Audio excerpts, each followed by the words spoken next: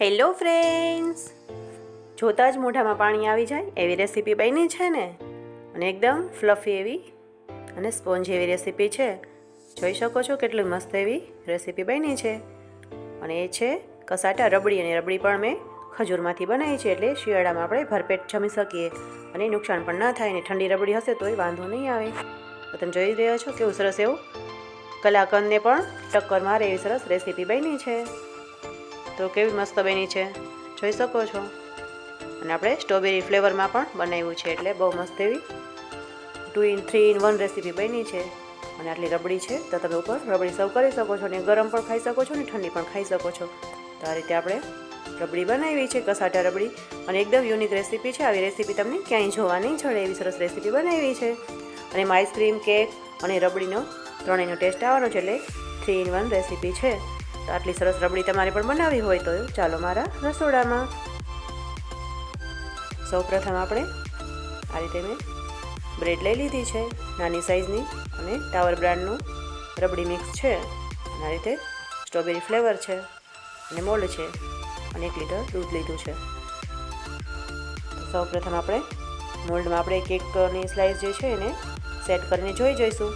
આ રીતે ઉપર નીચે આવશે તો સારી નહીં બને, એટલે આપણે એને પરફેક્ટ કટિંગ કરી લેવાનું છે. આ રીતે આપણે બધી સ્લાઇસને પહેલાં કટિંગ કરીને એકદમ ગોઠવીને જોઈ જોવાની છે કે સરસ એવી એકદમ સેટ થઈ જાય છે. તો આ રીતે એક જ સાઇઝના સરખા એવા આપણે એના પીસીસ કરી લેવાના છે. એટલે આપણે જ્યારે રબડીને બનાવીએ તો એક સરખું જ લેયર આવે એ માટે આપણે સરખી એવી સ્લાઇસ કરવાની છે. હવે બધી સ્લાઇસ થઈ ગઈ છે બ્રેડની. આપણે એને એક પ્લેટમાં લઈ લઈશું અને મોલ્ડ ખાલી કરી દઈશું. આ રીતે. અને હવે દૂધને ગરમ કરવા મૂકવાનું છે, તો આપણે આ રીતે ગળણીથી ગળીને જ લેવાનું છે. અને થોડું ઠંડુ દૂધ પણ મેં સાઈડમાં લઈ લીધું છે. આપણે એમાંથી મીઠું દૂધ બનાવવાનું છે, ફ્લેવરવાળું, સ્ટ્રોબેરી ફ્લેવરનું, એટલે ઠંડુ જોઈશે. અને રબડી મિક્સ પણ બનાવવાનું છે, એટલે પોણો ગ્લાસ જેટલું મારે બીજું દૂધ પણ આમાં જોઈએ છે, એટલે 1 લીટર ઉપર થોડું દૂધ જોઈએ છે. આ રીતે રબડી મિક્સને આ રીતે એક વાસણમાં કાઢીને ઠંડુ દૂધ એડ કરીને અડધો પોણો ગ્લાસ જેટલું ઠંડુ દૂધ લીધું છે. તો બધું મિક્સ એકદમ કરી દેવાનું છે કે એમાં લમ્સ ના રહી જાય. અને આ દૂધને થોડું ઉકાળવાનું છે. અને થોડું દૂધ ઉકળી જાય ત્યાં સુધી બીજી પ્રોસેસ કરી લઈએ. આ ઠંડુ દૂધ કાઢ્યું તો એમાં આપણે આજે દળેલી ખાંડ એડ કરી દઈશું. એકદમ મીઠું દૂધ બનાવવાનું છે, તો એ તમે તમારા સ્વાદના અકોર્ડિંગ કરી શકો છો કે વધારે કે ઓછું તમે મીઠું કરી શકો છો. અને હવે આપણે એમાં સ્ટ્રોબેરી એસન્સ એડ કરવાનું છે, એટલે એકદમ પિંક કલર બનાવવાનો છે, રોઝ પિંક. તો 1 ચમચી જેટલો મેં એડ કર્યો છે. પહેલાં અડધી ચમચી એડ કર્યો હતો ને પછી થોડો એડ કર્યો તો એટલે એકદમ મસ્ત કલર આવે છે. તો આ રીતે આપણે એને એકદમ મિક્સ કરી લેવાનું છે, સરસ એવો કલર થઈ જાય. અને ઠંડા દૂધમાં જ આ બધી પ્રોસેસ કરવાની છે, ગરમ દૂધમાં નથી કરવાની. અને આ રબડી માટેનું દૂધ પણ ઉકળી ગયું છે. તો હવે આપણે જે રબડી મિક્સ બનાવ્યું હતું એને બધું એડ કરી દેવાનું છે. એમાં ખાંડ રહી ગઈ છે, એટલે ગરમ દૂધ એડ કરીશું એટલે બધી ખાંડ મેલ્ટ થઈ જશે, અને એમાં આપણે બધું યુઝ કરી લેવાનું છે. તો આ રીતે રબડી પણ બનાવી લેવાની છે. અને આ બધું ઇન્સ્ટન્ટ થઈ જાય છે, બહુ ઝાઝી પ્રોસેસ નથી થતી. 15-20 મિનિટમાં તો તમે બનાવી જ લેશો. અને 2 થી 3 કલાક આપણે ફ્રીઝમાં એકદમ ઠંડુ થવા મૂકી દઈશું, એટલે સરસ થઈ જશે. અને થોડી ખાંડ વધારે એડ કરવાની છે, એટલે જે પેકેટમાં ખાંડ આવે છે થોડી ઓછી પડે છે, એટલે આપણે થોડી વધારે યુઝ કરવાની છે. રબડી બનાવવાની છે, અને આ રીતે કસાટા રબડી બનાવીએ છીએ એટલે ક્વોન્ટિટીમાં વધારે બને છે, એટલે મિક્સમાં તો ઓછી ખાંડ હોય છે, તો આપણે ઉપરથી રીતે ખાંડ એડ કરવાની છે. અને બધું એકદમ મિક્સ કરવાનું છે, બધી ખાંડ ઓગળી જાય ત્યાં સુધી. અને આ પણ મારું સિક્રેટ છે કે હું એમાં મિલ્ક પાવડર એડ કરવાનું છું, 1 ચમચા જેટલું કર્યું છે. અને અલગ જ રીતથી મેં રેસીપી બનાવી છે, એટલે આ રેસીપી તો તમે ક્યાંય જોઈ જ નહીં હોય. મેં અલગ જ રીતે મારાથી બનાવી છે, મને જે થયું કે મારા રીતે બનાવવું છે. ને આપણે ખજૂર એમાં એડ કરી છે. તો હવે રબડી ઠંડી થઈ ગઈ છે થોડી, તો આપણે એમાં ખજૂર એડ કરવાના છીએ. તમે જોઈ શકો છો એકદમ ખાટી થઈ ગઈ છે.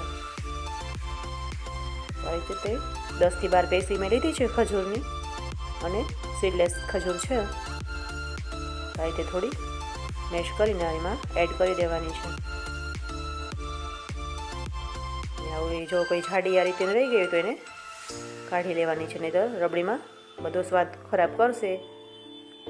એટલે એકદમ ઓગળેલી કેવી આપણે ખજૂર હોય ને તો જ એડ કરવાની છે, કડક કાઢી લેવાની છે. આ રીતે બધી ખજૂર લીધી છે એડ કરી દેવાની છે. અને આ રીતની રબડી તમે એમને શિયાળામાં ખજૂરની રબડી બનાવશો તો બહુ સરસ લાગશે. અને આ છે વિટામિન ને કેલ્શિયમ એ બધી પ્રોટીનથી ભરપૂર એવો પાવડર છે. કાજુ, બદામ, અખરોટ અને એ બધું મેં મિક્સરમાં એકદમ ક્રશ કરીને પાવડર બનાવ્યો હતો. આપણે એ પાવડર એડ કર્યો છે અને અમારા ઘરમાં તો રોજ સવારે દૂધમાં એ પાવડર બધા પીવી છે. અને હવે આપણે બ્લેન્ડર ફેરવી લેવાનું છે. આ રીતે એકદમ બધું મિક્સ થઈ જાય ને ખજૂર પણ ક્રશ થઈ જાય. અને ક્યાંક થોડા મોટા મોટા કટકા રહેશે તો પણ જ્યારે આપણે જમીશું ત્યારે મોઢામાં આવશે તો સરસ એવો ટેસ્ટ આવે છે. આ રીતે આપણે થોડું એવું સરખું મિક્સર એટલે કે બ્લેન્ડર ફેરવી લેવાનું છે.